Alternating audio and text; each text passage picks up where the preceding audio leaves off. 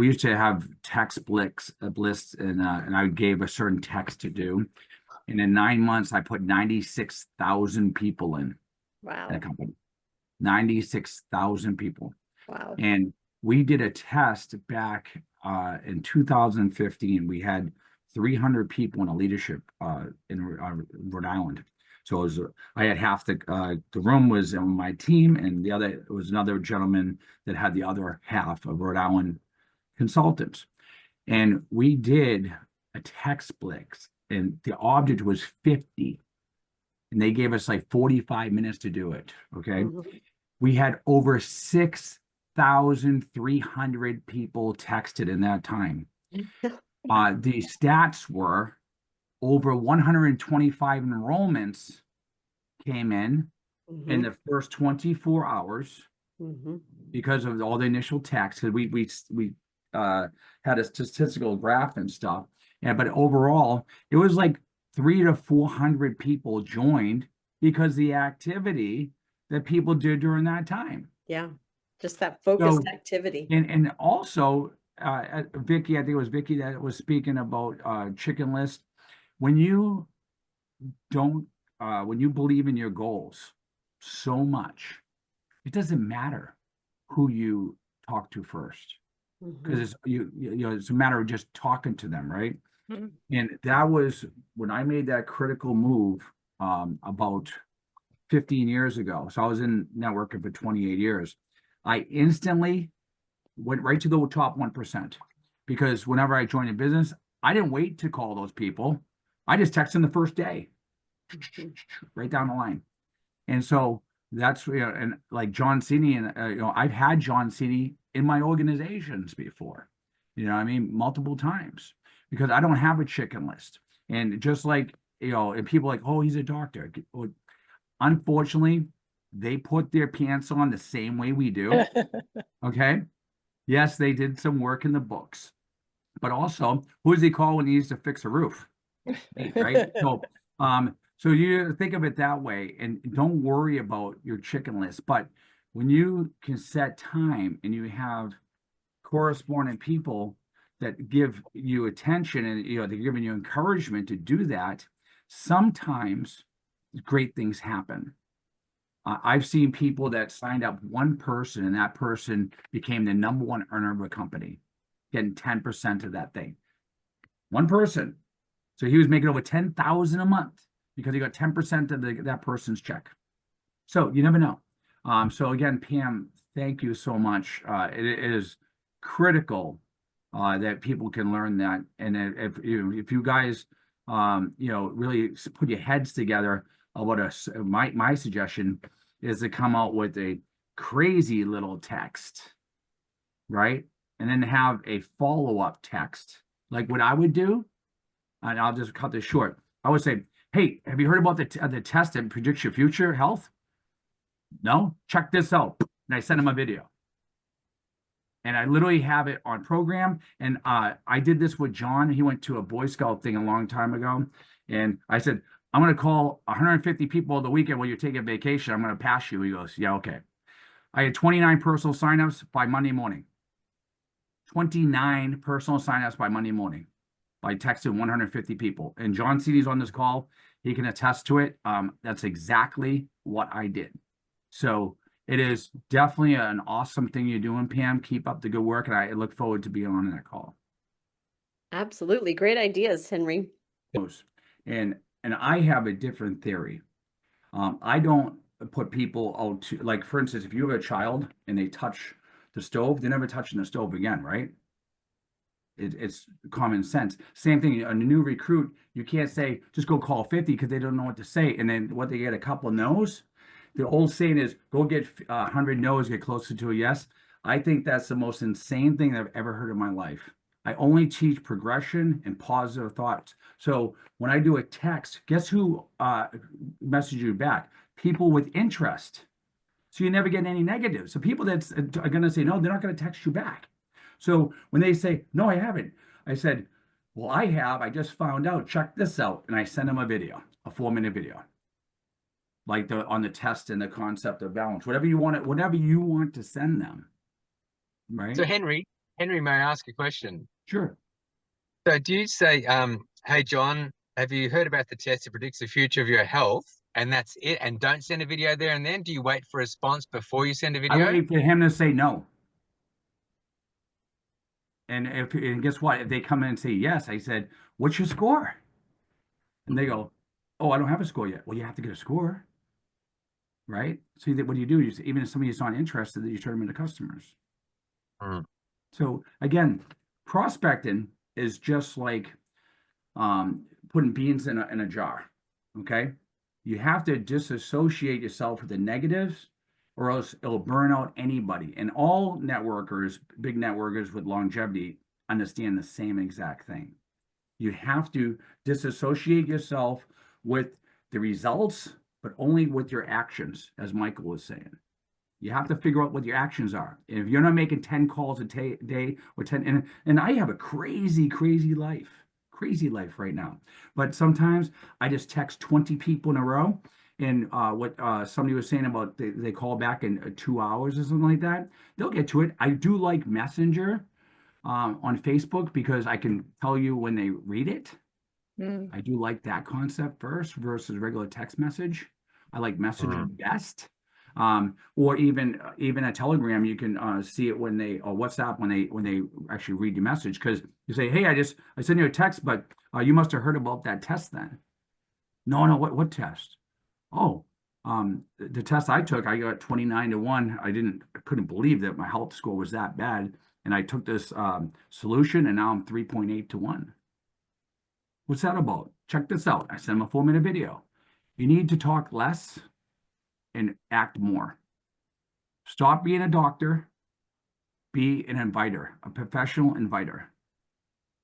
I'm not a doctor. I'm never going to do that. Yes, do I share my testimony? Do I have great stories? Yes. But the initial thoughts is just getting them to say yes to the information. Stop trying to oversell people. And you can go to Henry, massive numbers that way. Glenn. and what about leading with the business? How would you send a text there? Or are you just doing the test text at the moment? You can do anything you want. Some things like Ray Higdon uses, like, hey, are you open to new business? Right? And what they're going to first say, what business is that? And you're going to say Zinzino, and then they're going to check out Zinzino all by themselves and research it without you giving them direction. Right? So if you don't lead with business and lead with conversation, it piques curiosity. Because everybody contacts everybody about business. It's the same garbage. How many people have I've been prospected, I don't know, 5,000 times in my life, at least. I mean, and most of the time I'm like, oh, not him again. Or, it happens. But when somebody would call and say, hey, did you ever get that test about your future health? What test? You know what I mean? That's interesting. Yeah. It's not talking about Henry, let the videos tell the story, and then you give them information on the business and stuff. Okay. And they say, well, what's it about? Check this out. Send them the video. Stop talking about it. Folks, in my last business, I put in almost 900 personal sponsored people. 900. Not all 900 did the work, but I got the 900 in, and it led me to some big people. That line again was the first proven product. Again, I'm just ad-libbing. I'm just not like just. So you can say, oh, it's the first proven product I've ever seen in 28 years. That's it. It's truthful. It's a proven, tested product. And they say, what do you mean it's tested and proven? I go, oh, it was tested by 1.4 million, verified by me, and also verified by hundreds of doctors too. That's what I say to people. So when you are, and so now my experience is I have 80 customers, and no partners. So it's like, I've got the customer thing down. I don't need help figuring out how to get customers, but I need partners. So what do if I'm not going to call and say, are you open to income? Are you open to, what are you leading with as far as when you're trying to attract partners? If I was working with you, I would extract your capabilities. If you're an impeccable customer gatherer, what I would do is I would look for people that are impeccable customer gatherers. So also, if you have customers, you can say, hey, I just want to check up with you. Did you get your second score or did you get your first score? And then they say, yes. I go, you know, you don't have to pay for a product. I haven't paid for products since February. They're like, what? Yeah, just 5 referrals and you get it for free. Really? You can make money at this? Oh yeah. I go, I just did it to get my product for free, but now I just made a few $1,000s by referring people. They're like, no way. Yeah, check this video out. It's that easy. You can convert your own customers to partners. Yeah, I'm You working already sold them. on four customers that I'm working on to converting. So thank you. And what if it's somebody that isn't a customer that I'm Okay. want? Well, let me just talk to everybody here on the panel. Everybody pays bills, right? Everybody pays taxes, right? You can actually shift gears and say, hey, do you know that you can get $5,000 and $7,000 in tax deductions by having a home-based business? Change your angles. And so people that maybe are interested in having a home-based business, but what if they're a W-2 employee and tired of paying taxes? And they're like, and you have a conversation with them. Yeah, I don't pay the taxes. I take that money, I drop it into a 401k. Then the government gives me money every year to put in the 401k. You turn 9,000 to 27,000, then it goes to 54,000 in the back end. So I literally, like, oh, that's fantastic. Oh, I've been doing business my whole life, mostly in network marketing, but I have restaurants, and so you literally just have conversations with them. Like, what are you working on right now? Glad you asked. The first proven product I've ever seen in 28 years. You got to pique curiosity, but you also have to have, and guess what? When somebody Facebook friend requests me for another company, I say, thank you so God, thank you for letting them prospect me. Because somebody just did it to me the other day, and 4 videos later, and she's on a call today, she's coming in with the ultimate kit this week. Thank you for trying to recruit me. I appreciate that. And that's what you have to go into it as. So what if they try to recruit you? Because, the old saying, my cookie's bitter. We have the first ever proven product. No other company has that. So let them talk about themselves. Let them ego, fulfill their needs. And you say, that's fine. Well, what do you think? Well, I'm not really thinking about that since I have a proven product that I really is taken off. And the company's stock just went from $9 to $26 in 4 months. So a lot of people are thinking the same thing. You see how you just have conversations? You could switch anybody's mind. Don't worry about getting prospects. Worry about texting people. The action in the front is the only thing that you can control. You can't control when people come into the business or become customers. You can only control the actions in the front. And I get emotional. I have all kinds of hormone imbalances and crazy stuff going on. I have to vent to John half the time, half in tears for my life. And really, I got crazy stuff going on with me. But sometimes I have to ground myself and I say, God, okay, get back to my goals. All right, what do I have to do today? Text 20 people. You just got to get back to your goals, text 20 people. And then life will sort itself out. And you don't, Michael, can I have 2 more minutes? You sure can. Okay. I'm going to tell you a story, right? And this is the most personal story I've ever told anybody, but it's so factual. My first network marketing company I was ever introduced, I was in a warehouse. My best friend from years ago in high school, I was 25. He invites me to a thing because all his salespeople boloed out, and the top leader's going to be at his house, and he doesn't want to be embarrassed. But he didn't see me like 5 years. He didn't know I drove a Corvette. And I knew he wasn't doing so well. So I parked down the street and I promised him that I would come there. And so I didn't have time to get dressed and stuff. So I went right from my work, right to his house. So everybody in the room was talking about a guy in the corner, how he smelled like fish. What's he doing here? Whispers, whispers, whispers. And the guy was really like, I can't believe they're talking about me that way right in front of my face. So they invited everybody to the second day. And I went there again, kept my mouth shut. They're still talking about the same guy. He has fish on his pants. I can't believe he's here. He'll do nothing. No one ever seen him again. What they didn't realize is he went back and took the lowest position in the company at $69 when everybody else was doing $600. He read the company manual It was 300 pages. He read it over 10 times. He listened to every cassette tape that the company offered. Okay. And then a year later, he went blasted past all the top earners in the company that was working in that team. The reason why I know that guy was me.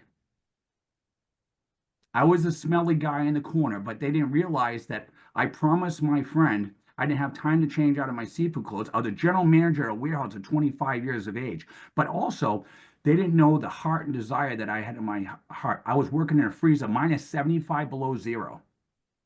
That's what I did 16 hours a day. You don't think I wanted to stay in that job? You know, oh, I want to stay in the freezer for the rest of my life, right? Where coffee would freeze in 2 minutes. No, I found network marketing because the ambition in my heart, and it didn't matter. So don't prejudge people. You can have a stinky guy in the room just around the corner. You don't know. And who do you think John calls the first time he's got a business idea or whatever, right? The stinky guy in the corner. Right? So don't worry about what some people are going to come into the business or who you think is going to do the business. I've had people that are great networkers that do nothing. They did one hit wonder a long time ago. I have people that know nothing and they do awesome. Hence, Stuart never did network marketing before prior to this, right? Right. So don't worry about getting partners. Just worry about contacting people, about the basics. Okay. Thank you. Thank you.